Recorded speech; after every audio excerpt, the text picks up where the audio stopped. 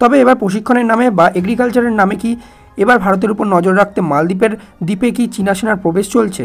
তো সম্প্রতি খবরের চ্যানেলে মোহাম্মদ মইজুর বিরুদ্ধে তাদের দেশের কিন্তু মেন যে পলিটিক্যাল পার্টি এমডিপি তার যে প্রেসিডেন্ট রয়েছে তার দ্বারা কিন্তু একটা বক্তব্য কিন্তু সোশ্যাল মিডিয়ায় এবং নিউজ চ্যানেল দ্বারা কিন্তু কভার করা হচ্ছে এবং সেখানে কিন্তু তিনি দাঁড়িয়ে বলছে একটা চিন্তার বিষয় তাদের জন্য, যেখানে একটা তারা ছোট্ট দেশ বা 5 লাখের যে দেশ তারা কি দুটো বড় শক্তির মাঝখানে কি ফেসে যাচ্ছে। তো এই ভিডিওর মাধ্যমে আমি তোমার সাথে শেয়ার করব বা তোমাদের সাথে শেয়ার করব যে কিভাবে এটা খবরে এলো এবং তিনি কে যে এই খবরটা বলেছেন। এবং এরপর কথা হচ্ছে চায়না মিলিটারি যে তারা মালদ্বীপের কোন জায়গাটায় এসে উপস্থিত হচ্ছে বা কোন জায়গাটায় এগ্রিকালচারের জন্য কিন্তু তারা নিচ্ছে বা এগ্রিকালচার ফার্মের জন্য করবে।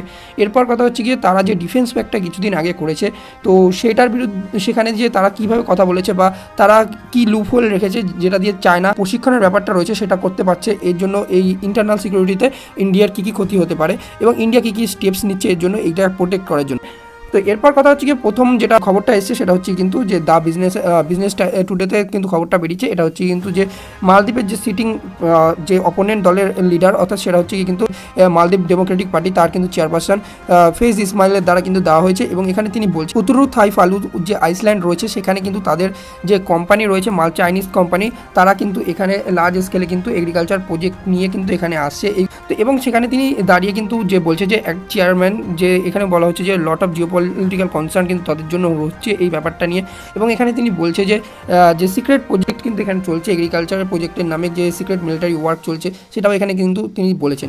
এরপর কথা হচ্ছে মালদ্বীপ অপোনেন্ট পার্টি কিন্তু যে চায়নার যে প্রবেশ চলছে সেটা নিয়ে কিন্তু সবাইকে একটা সতর্ক করা বা অ্যালার্ম কিন্তু দিতে চাইছে তার দেশের সবাইকে এবং তিনি একটা বড় চিন্তা কিন্তু এখানে কিন্তু প্রকাশ করেছে। উত্তর থাই ফালু যে আইল্যান্ডটা রয়েছে সেটা কোথায় অবস্থিত, তো এটা হচ্ছে গিয়ে কিন্তু যে মালে যেটা রয়েছে হচ্ছে কি মালদ্বীপের ক্যাপিটাল সেটা থেকে একটু কিছুটা দূরে অবস্থিত এবং এটা হচ্ছে কিন্তু দেখতে যদি যাই তাহলে কিন্তু ইন্ডিয়ার যে লাস্ট সাউথার্ন পয়েন্ট রয়েছে সেখানে থেকে কিন্তু যে খুবই কাছাকাছি জায়গায় অবস্থিত এই উত্তর থাই ফালু কিন্তু যে আইল্যান্ডটা রয়েছে। তো এরপর কথা হলো হচ্ছে যে মালদ্বীপ কিন্তু অনেক রকমভাবে কিন্তু ভারতের সাথে সম্পর্ক খারাপ করতে চেয়েছে এবং সম্প্রতি কিন্তু আমরা দেখেওছি যে মালদ্বীপ কিন্তু একটা ডিফেন্স চুক্তি বা মিলিটারি প্যাক্ট কিন্তু সাইন করেছে যেখানে কিন্তু বিভিন্ন রকম জিনিস কিন্তু তারা নেবে এখানে কিন্তু বলা হয়েছে। তো এবার হচ্ছে কি কিন্তু যে এই যে ডিফেন্স প্যাক্টটা সাইন করা হয়েছে বা মিলিটারি প্যাক্ট যে সাইন করেছে চায়নার সাথে এর মাধ্যমে কিন্তু তারা কিন্তু যে কথা বলেছে যে একটা হচ্ছে কি নন লিথাল ওয়েপেনের কিন্তু কথা বলা হয়েছে এবং আরেকটা কথা বলা হয়েছে কিন্তু যে ট্রেনিং কিন্তু দেওয়া হবে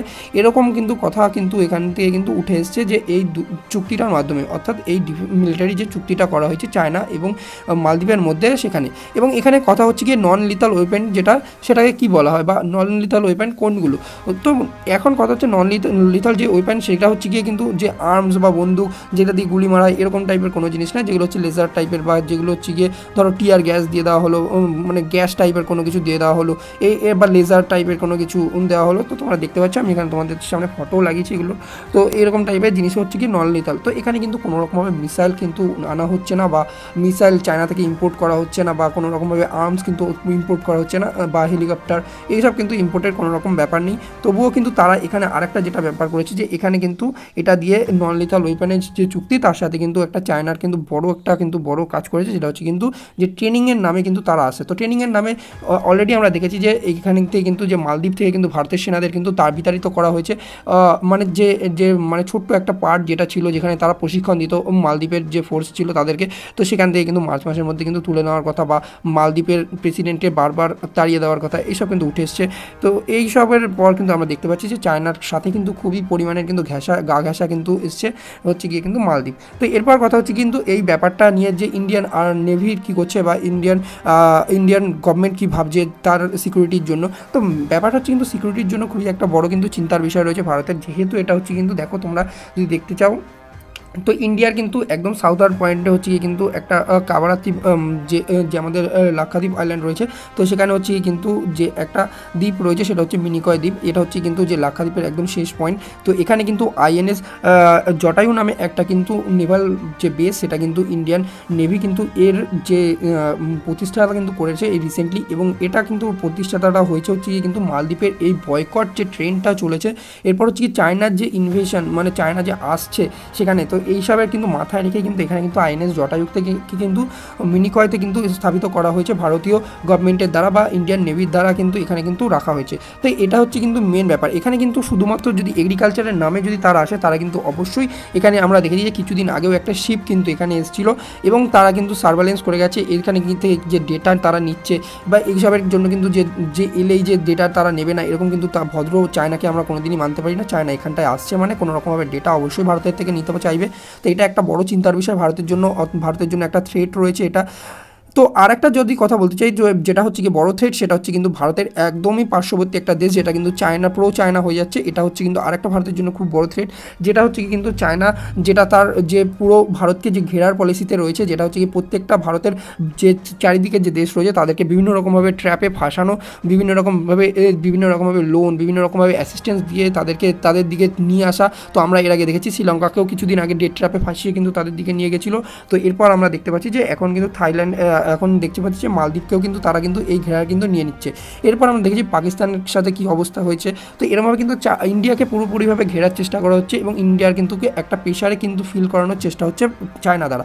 কারণ আমরা সবাই বুঝি যে চায়নার একমাত্র প্রতিদ্বন্দ্বী এখন হচ্ছে কিন্তু ইন্ডিয়া। তো এখন যেখানে ইন্ডিয়া একটা 3 ট্রিলিয়নের ইকোনমি হতে যাচ্ছে, তো এখানে কিন্তু ইন্ডিয়াকে আটকানো চায়নার কিন্তু খুবই একটা দরকার। তো তাই কিন্তু চায়না এসব অবশ্যই করছে। এরপর কথা হচ্ছে কি কিন্তু যেটা হচ্ছে কি কিন্তু আরেকটা যে লোকেশনটা তোমাদের সাথে আমি শেয়ার করলাম। এরপর কথা হচ্ছে কিন্তু যে চায়নার যেটা করছে এর ফলে যেটা মেন যে কনসার্ন যেটা হচ্ছে কিন্তু যে তাদের দেশের যে অপোনেন্ট লিডাররা বলছে যে ফয়াজ ইসলাম তারা যে কিন্তু বলছে যে এখন যে মালদ্বীপের প্রেজেন্ট গভর্নমেন্ট রয়েছে তারা কিন্তু একটা দুটো বড় পাওয়ারের মাঝখানে কিন্তু নিজেকে নিয়ে যাচ্ছে বা আগুন হাতে নিয়ে খেলছে, এরকম টাইপের কিন্তু স্টেটমেন্ট কিন্তু পাবলিশ হচ্ছে। তো এটা কতটা সত্যি সেটা আমরা বলি যদি, তো তাহলে আমরা দেখতে পাবো যে ইন্ডিয়া একটা খুবই বড় নেভাল পাওয়ার। তো এখানে দাঁড়িয়ে ইন্ডিয়ার সাথে কিন্তু চায়নাকে এনে বা চায়নাকে মানে নিজের জায়গায় আনা, যেখানে হচ্ছে কি কিন্তু ভারত তাদের সাথে একরকম মানে বলা যায় যে খুব মানে ভাইয়ের মতো সম্পর্ক রাখতে চায়, যেখানে হচ্ছে কি ইন্ডিয়ার দিকে কোনো রকমভাবে আক্রমণাত্মক কিন্তু ব্যাপারটা আসে না। যেমন আমরা যদি দেখতে চাই যে চায়না তাইওয়ানের সাথে কেরকম করে বা চায়না সবসময় কিন্তু যেটা করে আসে যেটা হচ্ছে কি অন্য দেশকে ক্যাপচার করা, যে আমরা দেখেছি জাপানের সাথে কত ঝামেলা করে আইল্যান্ড নিয়ে, তারপর হচ্ছে কি বিভিন্ন দেশকে যে ডেট ট্র্যাপে ফাঁসিয়ে দেয়। বা আমরা যদি দেখতে চাই যে এই যে রেড সিতে যে তাদেরও কিন্তু টাপু রয়েছে বা তাদেরও কিন্তু পোর্ট রয়েছে, সেখানে কিন্তু তারা নিজেদের বেস কিন্তু বানিয়েছে, নেভাল বেস। তারা কিন্তু কখনোই কিন্তু ওই যে সোমালিয়ান যে পাইরেটস রয়েছে তাদের সাথে কিন্তু লড়ে না। তো চায়না কিন্তু কোনো রকমভাবে কিন্তু সাহায্য করার দিকে কিন্তু আসে না। অবশ্যই চায়না সবসময় তার নিজের ইন্টারেস্টকে দেখে। তো এই ব্যাপারটা কিন্তু মালদ্বীপকে কিন্তু বুঝতে হবে। তো এই ম্যাটারটা নিয়েই কিন্তু সম্প্রতি কিন্তু মালদ্বীপের যে অপোনেন্ট দল রয়েছে তারা কিন্তু একটা চিন্তার কিন্তু এই ধারণাটা দিচ্ছে মালদ্বীপের প্রেসিডেন্টকে কন্টিনিউয়াসলি, এবং তারা বলছে যে মালদ্বীপের প্রেসিডেন্ট কিন্তু কন্টিনিউয়াসলি আগুনের সাথে খেলা করছে। এরপর হচ্ছে কি আরেকটা যেটা বড় চিন্তার বিষয়, যদি মালদ্বীপকে বড় পরিমাণের কিন্তু ডেট দিয়ে দেয় বা বড় পরিমাণে যদি টাকা দিয়ে দেয়, তো এরপর হচ্ছে কি মালদ্বীপ একটা এত পরিমাণের ছোটো দেশ, সে কিন্তু ওই ডেট ট্র্যাপটা থেকে কিন্তু বেরোনোর কিন্তু ক্ষমতা কিন্তু রাখে না, কারণ তার ইন্টারনাল জিডিপি এত পরিমাণে বড় নেই যে সে ওই ডেট ট্র্যাপটা থেকে বেরোতে পারবে। কারণ এটা হচ্ছে কি একটা মালদ্বীপ একটা এমন একটা জায়গা যার কিন্তু চারিদিকে কিন্তু জলে দেওয়া ঘেরা জায়গা। তো এখানে কিন্তু মেন ইকোনমিটা কিন্তু ট্যুরিস্ট ইকোনমির উপর ডিপেন্ড করে। তো এখানে কিন্তু আরেকটা যেটা বড় পরিমাণে ইন্ডিয়ান ট্যুরিস্ট কিন্তু এখন এখানে কিন্তু কমে যাচ্ছে। এখান থেকে কিন্তু যদিও আমরা বলি যে চায়নার যে ট্যুরিস্ট কিন্তু আসবে এখানে যেমনটা বলা হয়, তো এখানে কিন্তু অতটা পরিমাণের যে আসবে সেটার কোনো কিন্তু একদম লিখিত প্রমাণ কিন্তু নেই। কারণ চায়নার কিন্তু যারা ট্যুরিস্ট রয়েছে তারা কিন্তু ইন্টারনাল ট্যুরিজমে কিন্তু বিশ্বাসী, মানে নিজের দেশের ট্যুরিজমকে কিন্তু প্রমোট করতে ব্যস্ত থাকে তারা। তো এখানে কিন্তু এটাও কিন্তু মালদ্বীপের কিন্তু ভাবা উচিত। মালদ্বীপ কিন্তু কন্টিনিউয়াসলি একটা কিন্তু খারাপ দিকে চলে যাচ্ছে। তো এরপর আরেকটা কথা যেটা হচ্ছে কিন্তু যেখানে দাঁড়িয়ে কিন্তু ভারত থেকে কোনো রকমভাবে কিন্তু মানে কোনো রকমভাবে আক্রমণ বা কোনো রকম ভয় কিন্তু থাকার নেই, সেখানে দাঁড়িয়ে কিন্তু ভারতের সাথে সম্পর্ক খারাপ করার জন্য তুর্কির থেকে কিন্তু কিছুদিন আগে কিন্তু একটা বিমান মানে ড্রোন কিন্তু কিনেছে। তো এই ড্রোনটা কেনা কিন্তু কোনো রকমভাবে মানেই নেই। তো কিছুদিন আগে যখন মানে এই গভর্নমেন্ট ছিল না, মোহাম্মদ মুইজির গভর্নমেন্ট ছিল না, তখনও কিন্তু তাদের যে মেরিটাইম এরিয়ার যে এত বড় পরিমাণে যে মেরিটাইম এরিয়া সেটা কিন্তু দেখার জন্য কিন্তু কোনো রকমভাবে কিন্তু কেউ ছিল না। তো সেটাকে দেখার জন্য কেউ ছিল না বা কেউ হবে না, এটা কিন্তু কোনো রকম বড় ব্যাপার না, তারা করতেই পারে। কিন্তু এখানে যখন তাদের সাথে কোনো রকমভাবে কিন্তু যে আক্রমণের কোনো ভয় নেই, সেখানে সার্ভেলেন্স ড্রোন কেনার কিন্তু একটা মানে ভারতকে একটা নেগেটিভ সাইন দেওয়া যে আমি একটা সার্ভেলেন্স ড্রোন কিনলাম, যেখানে দাঁড়িয়ে কিন্তু একটা ভারতের মতো পাওয়ার তার পাশে আছে, যে তারা কিন্তু সবসময় বলে যে আমরা আছি তোমাদের পাশে, এবং যে কোনো রকম তাদের অ্যাসিস্ট্যান্স দেওয়ার জন্য বা কোনো রকম সাহায্য দেওয়ার জন্য কিন্তু ভারত এক পায়ে রাজি। সেখানে দাঁড়িয়ে তারা সার্ভেলেন্স বিমান কিনছে। চীনের আর কি মানে কথা এসে এইসব করছে, হচ্ছে কি মোহাম্মদ মইজু। তো এটা স্পষ্টই তো বোঝা যাচ্ছে। এরপর কথা হচ্ছে কি কিন্তু যে আরেকটা কথা যেটা হচ্ছে কি তারা ড্রোনটা কিন্তু কিনেছে একদম তুর্কি থেকে কিন্তু কিনেছে এই ড্রোনটা। তো এমন করছে যেটা যে সার্ভেলেন্স ড্রোন কিনছে, তো একটা ড্রোন দিয়ে কিন্তু বড় ব্যাপারটা হবে না, যেখানে দাঁড়িয়ে ইন্ডিয়া একটা এত বড় নেভাল পাওয়ারের কিন্তু একটা দেশ, যে হচ্ছে কি সোমালিয়ার পাইরেটদের সাথে গিয়ে লড়ছে, মার্কাস কমান্ডোরা গিয়ে লড়ছে। তো এখানে যদি দাঁড়িয়ে মালদ্বীপের কোনো শিপ যদি বা কার্গো শিপ যদি সোমালিয়ান পাইরেটসটা গিয়ে আটকেও দেয়, তো তারা কার সাহায্য নেবে? চায়না তো কোনো রকমভাবেই সাহায্য করতে আসবে না, কারণ চায়নার যদি সাহায্য করার হতো, চায়নার কিন্তু অবশ্যই রেড সিতে কিন্তু একটা পোর্ট রয়েছে আমরা জানি। তো সেখানে দাঁড়িয়ে কিন্তু চায়না কিন্তু কোনো রকমভাবেই কিন্তু কাউকে সাহায্য করার জন্য কিন্তু এগোচ্ছে না। তো সেখানে দাঁড়িয়ে যদি মালদ্বীপের কোনো রকমভাবে কার্গো শিপ আটকেও যায়, তাহলেও কিন্তু এখানে দাঁড়িয়ে কিন্তু ইন্ডিয়ান নেভাল শিপ বা ইন্ডিয়ান নেভাল শিপের যে মার্গো কমান্ডোজরা আছে তারা কিন্তু গিয়ে কিন্তু রেস্কিউ কিন্তু করতে হবে। এখানে দাঁড়িয়ে কিন্তু এদের এই ব্যাপারটাও কিন্তু ভাবা উচিত কিন্তু এই ব্যাপারটা নিয়ে। তো কন্টিনিউয়াসলি কিন্তু এই ব্যাপারটা করছে। তো এরপর কথা হচ্ছে কিন্তু তারা যে ড্রোনটা কিনেছে, তো ড্রোনটা কিনে কিন্তু একটা খুব বড় সেলিব্রেশনের মতো করেছে। তো এইটাও আরেকটা বড় দিক। তো একটা হচ্ছে কি কিন্তু যে যে বাইরেকটা ড্রোনটা কেনা হচ্ছে, তো এই ড্রোনটা হচ্ছে কিন্তু যেটা হচ্ছে কি ইউরোপের যে রিসেন্টলি যে ইউক্রেনের যুদ্ধটা চলছে, ইউক্রেন আর রাশিয়া, সেখানে কিন্তু টার্কির দ্বারা খুব পরিমাণে কিন্তু কিনে কিন্তু তারা ইউক্রেনিরা রাশিয়ার বিরুদ্ধে কিন্তু ইউজ করেছিল। তো এমন কোনো বড় যে ড্রোন কিনেছে বা এমন কোনো যে খুব একটা বিমান কিনেছে, তো এমন কোনো বড় ব্যাপার নয় যে এই ড্রোনটার বাইরেকটা ড্রোনটা, তো এটাও তারা এসব করছে। তো এর মেন একটাই সাজেশন আমরা এবার দিতে চাইবো, যে এটা হচ্ছে কিন্তু যে ইন্ডিয়ার সাথে সম্পর্ক খারাপ করে তার কিছুই হবে না মালদ্বীপের। তো মালদ্বীপের এটা প্রেসিডেন্টেরও বুঝতে হবে এবং মালদ্বীপের সাধারণ মানুষেরও এটা বোঝা উচিত যে তারা তাদের প্রেসিডেন্টের কথা এসে ভোট দিয়ে তাকে জিতিয়ে দিল, এবং মালদ্বীপের ভবিষ্যৎটা কী হচ্ছে সেটা কিন্তু মালদ্বীপের আলটিমেটলি কিন্তু জনতাকেই কিন্তু সাফার করতে হবে, বা মালদ্বীপের আলটিমেট যেটা যে ভবিষ্যতে প্রজন্ম আসতে চলছে তাদেরই কিন্তু এটা সাফার করতে হবে। তো এই ব্যাপারটা নিয়ে কিন্তু ভাবতে হবে, যেখানে দাঁড়িয়ে কিন্তু কন্টিনিউয়াসলি অ্যাসিস্ট্যান্স কিন্তু প্রোভাইড করে। আজকে যদি কোনো রকমভাবে সুনামি এসে যায় ইন্ডিয়ান ওশানে, তো আমরা চাই না সেটা আসুক, যদি এসে যায় তাহলে কিন্তু চায়না কতটা দূরে জিওলজিক্যালি বা যদি আমরা দেখতে চাই যে লোকেশন অনুযায়ী, তো অনেকটা দূরে, সেখান থেকে অ্যাসিস্ট্যান্স আসা মানে কোনো রকমের সাহায্য আসা, সেটা কিন্তু অনেকটা টাইম সাপেক্ষ বিষয়। সেখানে দাঁড়িয়ে ভারতই কিন্তু তাদেরকে কিন্তু রেস্কিউ করবে, বা কোনো রকম যদি আর্থকোয়েক আসে সেখানে দাঁড়িয়ে, তো সেই জায়গাগুলোয় কিন্তু ভারতকে গিয়ে কিন্তু সাহায্য করতে হবে।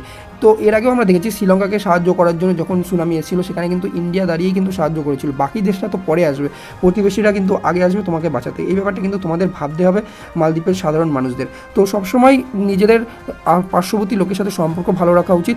একটা কথাই আছে যেটা, যে বাইরের লোকের সাথে সম্পর্ক যেমনই হোক, প্রতিবেশীর সাথে সম্পর্ক অবশ্যই ভালো রাখা উচিত। তো ব্যাপারটা এটা ভাবা উচিত মালদ্বীপের। এবং আরেকটা কথা যেটা হচ্ছে গিয়ে ইকোনমিক্যালি লস, যেটা হচ্ছে গিয়ে মালদ্বীপের কিন্তু হচ্ছে, যেটা হচ্ছে কিন্তু যেটা এরপরে আসবে, যেটা হচ্ছে যে চায়না যে ইনফ্রাস্ট্রাকচার ডেভেলপের নামে যেটা করবে, সেটা হচ্ছে কি চাইনিজ মেডিসিন কতটা দেবে, কতটা ঠিক, বা চাইনিজ যে ফার্টিলাইজারের নামে কতটা দেবে সেটাও কতটা ঠিক সেটাও জানি না। কারণ কিছুদিন আগে আমরা দেখেছিলাম যে এগ্রিকালচার যে সার নামে যেটা দেওয়া হয়েছিল যে শ্রীলঙ্কাকে, সেটা কিন্তু পুরোটা পরিমাণেরই খারাপ ছিল। তো এখানে দাঁড়িয়ে যদি মালদ্বীপের সাথেও এরকম হয়, তো মালদ্বীপ কিন্তু রিভাইভ করা ব্যাপারটা থেকে খুব পরিমাণে টাফ হয়ে যাবে। তো এরকম খবর কিন্তু নিউজে আসতেই থাকবে যতদিন মালদ্বীপে এরকম প্রেসিডেন্ট আছে। তো অবশ্যই প্রো চায়না এই গভর্নমেন্ট যতদিন থাকবে, তো এরকম খবর আসবে। তো এরকম খবর আবার এলে অবশ্যই আমি তোমাদেরকে আপডেট করব, এবং মালদ্বীপের এই খবরটা আবার কতটা নিউজে থাকছে তো অবশ্যই তোমাদের সাথে শেয়ার করব।